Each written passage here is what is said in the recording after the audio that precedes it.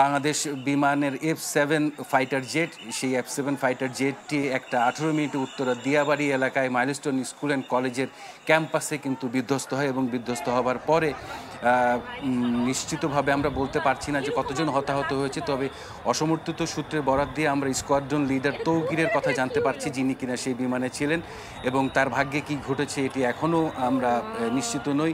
এবং বেশ কয়েকজন শিক্ষার্থী আহত হয়েছেন এটি নিশ্চিত, কিন্তু আসলে সেই আহতদের অবস্থা কীরকম কিংবা তাদের আহতদের যে আহতের ধরনটা কি সেটিও আমরা এখনও নিশ্চিত হইনি।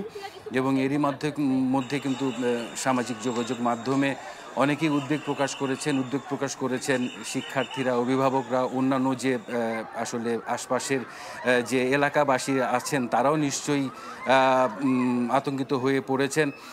হযরত শাহজালাল আন্তর্জাতিক বিমানবন্দরে বিমান চলাচল এখনও স্বাভাবিক আছে আমরা আশা করছি, যদিও আমরা সেটিও নিশ্চিত হতে পারিনি। এমন একটি ঘটনা হওয়ার পর সাধারণত যেটি দেখা যায় যে বিমান বিধ্বস্ত হলে পরে কিছুক্ষণের জন্য হযরত শাহজালাল যে কোনো বিমানবন্দরেই বিমান ওঠানামা বন্ধ করা হয়, সেটি হযরত শাহজালাল আন্তর্জাতিক বিমানবন্দর করা হয়েছে কি না আমরা ঠিক এখনও জানতে পারিনি।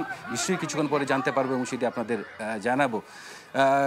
যেটি দেখা যাচ্ছে খুবই মর্মান্তিক এবং উদ্বেগজনক পরিস্থিতি। কিছুদিন আগেই কিন্তু যদি দর্শকদের অনেকেই মনে থাকবে যে ভারতে একটি ভয়াবহ বিমান দুর্ঘটনা হয়, এয়ার ইন্ডিয়ার একটি বিমান দুর্ঘটনাগ্রস্ত হয় এবং সেখানে প্রায় 300 জন আরোহী মারা যায়। সেটির রেশ এখনও ভারতীয় বিমান বাহিনী সংস্থা সহ অন্যরা কিন্তু কাটিয়ে উঠতে পারেনি। যে কোনো বিমান দুর্ঘটনাতেই প্রাণহানি হয় এটি, এবং অনেক সময় সেটি যাত্রীবাহী বিমান হলে সেই প্রাণহানি কিন্তু শত শত ছাড়িয়ে যায়। এটি একটি যুদ্ধ বিমান। এই যুদ্ধ বিমান কিন্তু খুব বেশি আরোহী থাকে না, 2 জন থাকে। আরও কিছু তথ্য আমাদের হাতে এসেছে, আমরা যেটি জানতে পেরেছি যে এই ঘটনায় যারা আহত হয়েছেন তাদেরকে এরই মধ্যে ঢাকা মেডিকেলের বান ইনস্টিটিউটে নেওয়া হচ্ছে, এবং এছাড়াও আশপাশের যে হাসপাতালগুলো আছে সেখানেও নেওয়া হচ্ছে, উত্তরা সহ আশপাশের যে হাসপাতালগুলো আছে সেটি আহতদের ধরন বুঝে আসলে নেওয়া হচ্ছে। ঘটনাস্থলে এরই মধ্যে আমাদের রিপোর্টাররা পৌঁছে গেছেন। আমাদের একজন সিনিয়র রিপোর্টার ফয়সাল হোসেন পৌঁছেছেন সেখানে। ফয়সাল, আপনার কাছে কি খবর আছেন? আপনি সরেজমিনে কি দেখছেন? আমি এখন যেই জায়গাটায় আছি তার ঠিক পেছনেই আমি যদি দেখাই, এই জায়গাটাতেই যেই প্রশিক্ষণ বিমানটি সেটি বিধ্বস্ত হয়েছে এবং আপনি দেখতে পাচ্ছেন, হয়তো আমরা উৎসুক জনতার কারণে ততটা দেখাতে পারবো কিনা আমি জানি না, তবে যতটুকু সম্ভব আমরা সামনে যাওয়ার চেষ্টা করছি।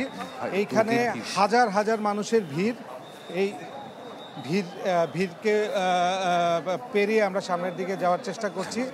এইখানে একটি উপরে বিল্ডিংয়ের এসে আসলে প্রশিক্ষণ বিমানটি বিধ্বস্ত হয়েছে, এবং যেই বিমানটি বিধ্বস্ত হয়েছে সেই বিমানে আমরা যেটা জেনেছি যে 1:06 নাগাদ বিমানটি ফ্লাই করে এবং 1:18 দিকে বিমানটি কিন্তু এই জায়গাটায় এসে বিধ্বস্ত হয়। এবং আমরা যদি দেখাই, দেখবেন যে সেনাবাহিনী, ফায়ার সার্ভিস, পুলিশ, সরকারের সবগুলো সংস্থা কিন্তু কাজ করছে, এবং আপনি দেখতে পাচ্ছেন সেনাবাহিনী কিন্তু জায়গাটি কন্ট্রোলে নিয়ে মানুষ ঘটনাস্থলে গিয়ে কোনো ধরনের অপ্রীতিকর ঘটনা না হয় বা প্রতিবন্ধকতার সৃষ্টি না হয় সেই চেষ্টা করছে সেনাবাহিনী। কিন্তু 8টি ইউনিট, ফায়ার সার্ভিসের 8টি ইউনিট কাজ করছে, এবং বেশ কিছু হতাহত ব্যক্তিকে কিন্তু ঘটনাস্থল থেকে বের করা হয়েছে। এবং আপনি দেখতে পাচ্ছেন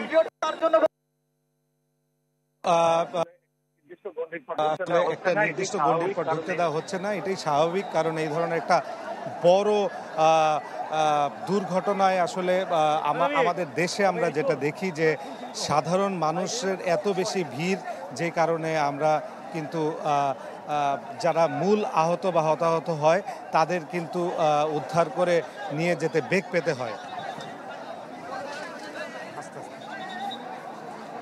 আমরা চেষ্টা করছি সামনে যাওয়ার, এবং একজন শিক্ষার্থীকে দেখতে পাচ্ছি। কি অবস্থা ভাইয়া ওইদিকে? ওখানে তো লোকজন উদ্ধার করতেছে। আচ্ছা, আমি তো দেখলাম যে অনেক লোকজন হতাহত হয়েছে কেমন মনে হয়? আমি সঠিক বলতে পারবো না, দূরে ছিলাম। আসলে যেটা দেখতে পেলেন এখানে হতাহত বিষয়গুলো এখনো আসলে সুস্পষ্টভাবে বলা যাচ্ছে না। হ্যাঁ, আপনি দেখতে পাচ্ছেন অনেক আহতদের কিন্তু বের করা হয়েছে।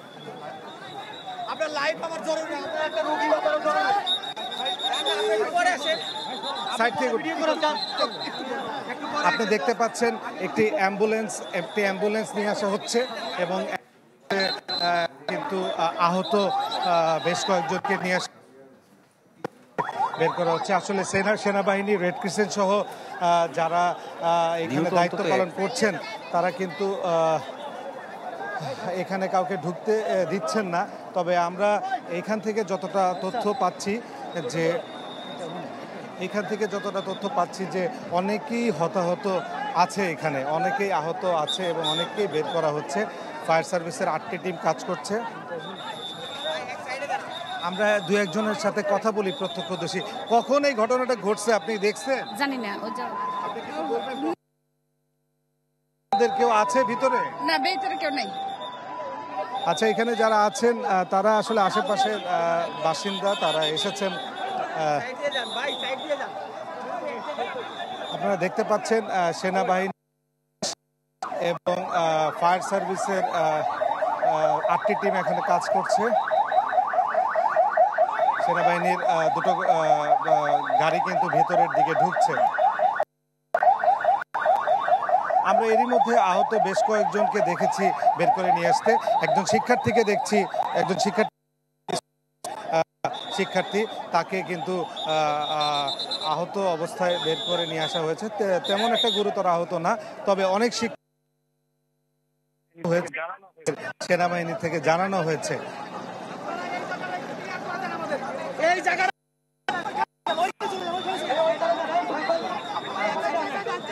আপনারা দেখতে পাচ্ছেন এইখানে যারা আছেন সবাই কিন্তু সাধারণ যে মানুষ, সেই মানুষকে সরাতেই কাজ করছেন, এবং পাশাপাশি সেনাবাহিনী, পুলিশ এবং ফায়ার সার্ভিস যোগে কিন্তু কাজ করছেন।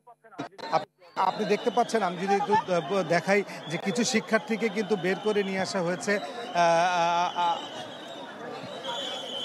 আমরা যদি একটু কথা বলার চেষ্টা করি, যারা আহত অবস্থায় বেরিয়ে এসেছেন,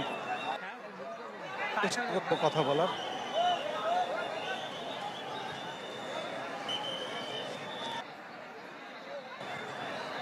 ভেতর থেকে বের করে নিয়ে আসা হয়েছে, আমরা দেখছি। কথা বলার। আপা, কি অবস্থা? খুব খারাপ অবস্থা, ভয়াবহ অবস্থা ভাইয়া। এখন আশঙ্কাজনক নিয়ে যাচ্ছে আর কি। আপনি দেখতে পাচ্ছেন দুইজন শিক্ষার্থী, তাদের হসপিটালে নিয়ে যাওয়া হচ্ছে। অনেকে আসলে ফিজিক্যাল ইনজুরির থেকেও, যেহেতু এটা স্কুল এবং ছোট ছোট বাচ্চা, এখানে মানসিকভাবে অনেকে অসুস্থ হয়ে পড়েছেন, ভীত সন্ত্রস্ত হয়ে পড়েছেন। আমরা দুজন শিক্ষার্থীকে দেখলাম যাদের আসলে ভিতর থেকে বের করে নিয়ে আসা হয়েছে, এবং প্রায় 10 থেকে 12টি অ্যাম্বুলেন্স এরই মধ্যে ভিতরে প্রবেশ করেছে।